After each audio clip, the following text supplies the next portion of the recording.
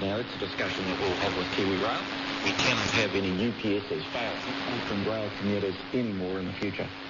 KiwiRail Chief Executive Jim Quinn says there'll now be an independent review of the power system design for the National Train Control Centre.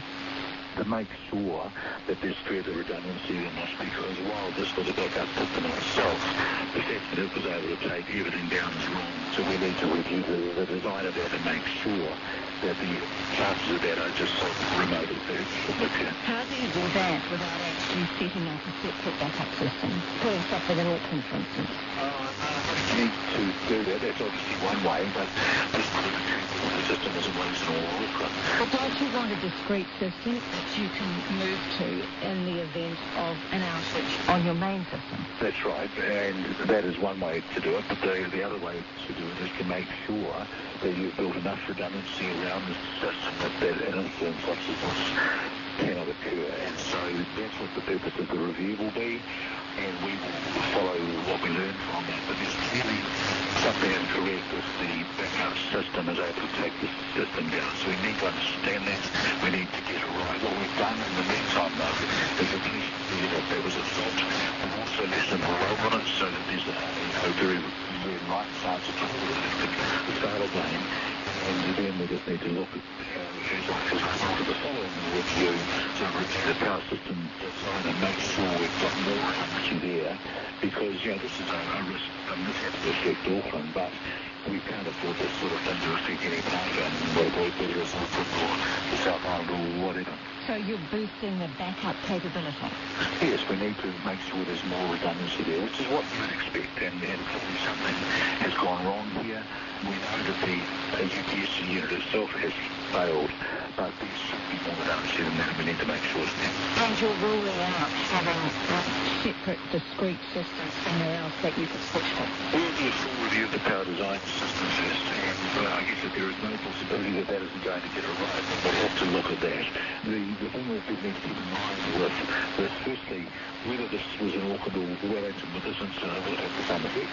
Secondly, there's a lot of investment you need to make around track control to make sure it's robust. To duplicate that, to be running all the time, will cost money. So it's about looking at this logically, making sure that we're keeping the investment across the network as tight as we can, but also delivering the robustness that it should. And clearly, that didn't occur last night, or we accept that. And that's the purpose of the review, to make sure we've got it right. How much might an upgrade cost?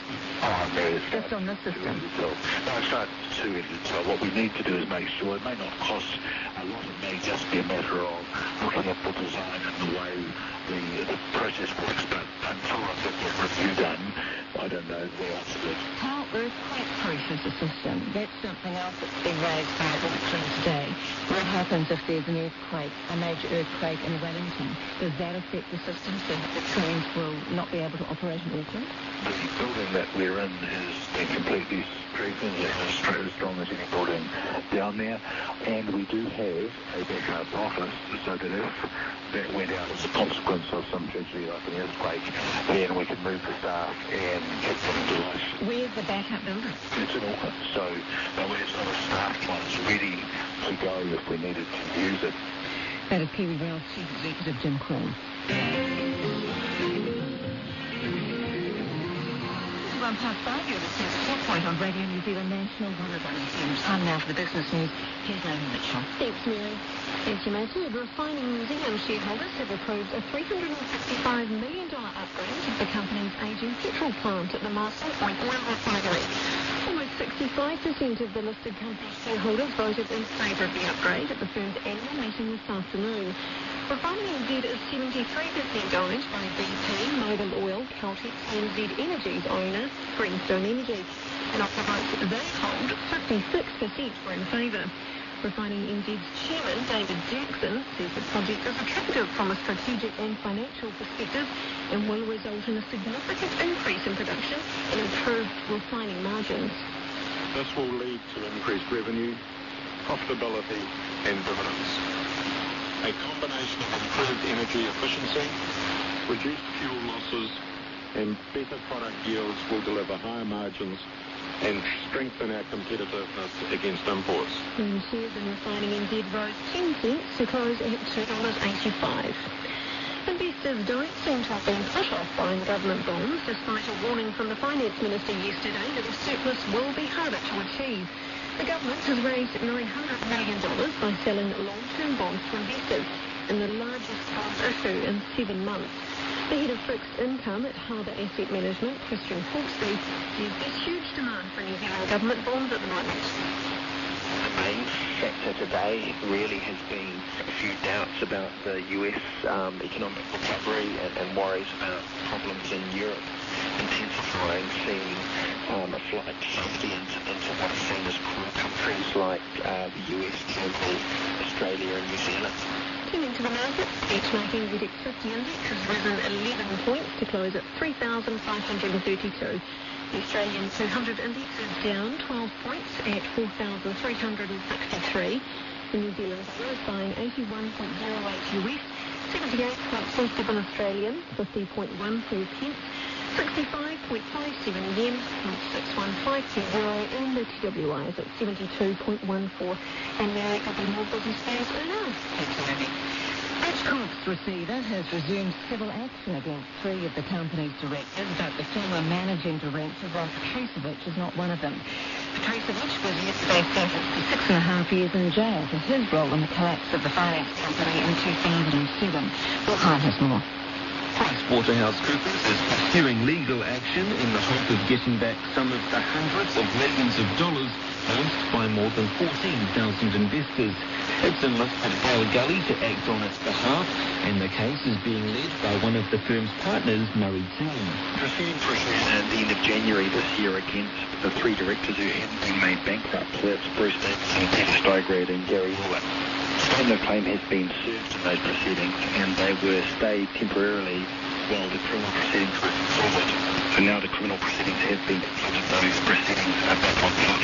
Mr. Tingy says $413 million in damages is being sought. Any recovered money is likely to come from directors' insurance taken out by the men and would be shared among investors. He says any civil case against Petrusevich and the finance director, Rob Bruce, is more complicated. Both of them have been bankrupt, so there's really no assets to recover against in respect of those 2, except possibly if they have insurance. And do we know if they do have insurance? That's a contentious issue whether they've got insurance or not. But that is being investigated by Mount Valley, isn't it? That's right. So while they have insurance, the question is whether it provides cover or not, seriously. He says the civil action against the other 3 directors probably won't come before the courts until at least next year. John Dunlop of Quaddy Lewis, who lost $10,000, isn't holding his breath. I'm happy about it. I think it's going to take time. I don't know whether I'll be alive to get my money, but my family will. And other people that are involved like me will be the same.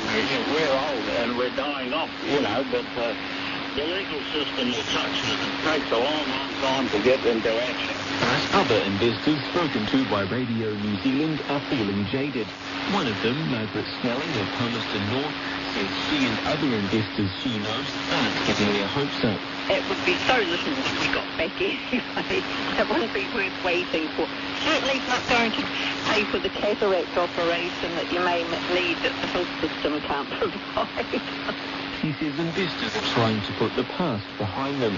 If you let it get to you, you don't have a life. So you put it behind you. It's one of those things that happen in life. Move on. But watch with very great interest at what happens to all these. And I have to say it mainly men who just thought they were onto a winner. The Financial Markets Authority is also taking a civil case, but action has been suspended until Roost and Steigrad have been sentenced next month. Roost and Petrusevich are also being prosecuted by the Serious Fraud Office. That case begins in September. For Checkpoint, Will Hine. The Labour Party says the private prison operator set to take control of the new Willie prison is not up to the job.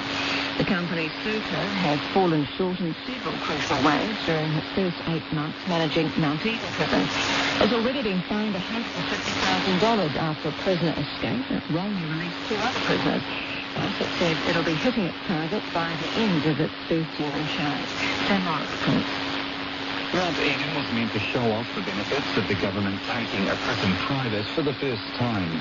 But a Corrections Department report on Serco released to Radio New Zealand under the Official Information Act says only 30% of its prisoner management plans have been done, when the target is 90%.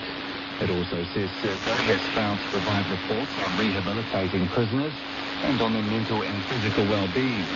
The main union representing prison guards, the Corrections Association, says it's to be expected, though its president, Bevan Hanlon, adds that Serco has no excuse. They had 3 years to prepare, put their contracts together.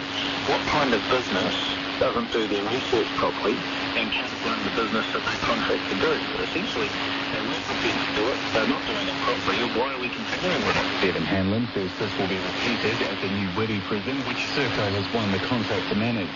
The same underperforming prisons contractor is about to take over privatised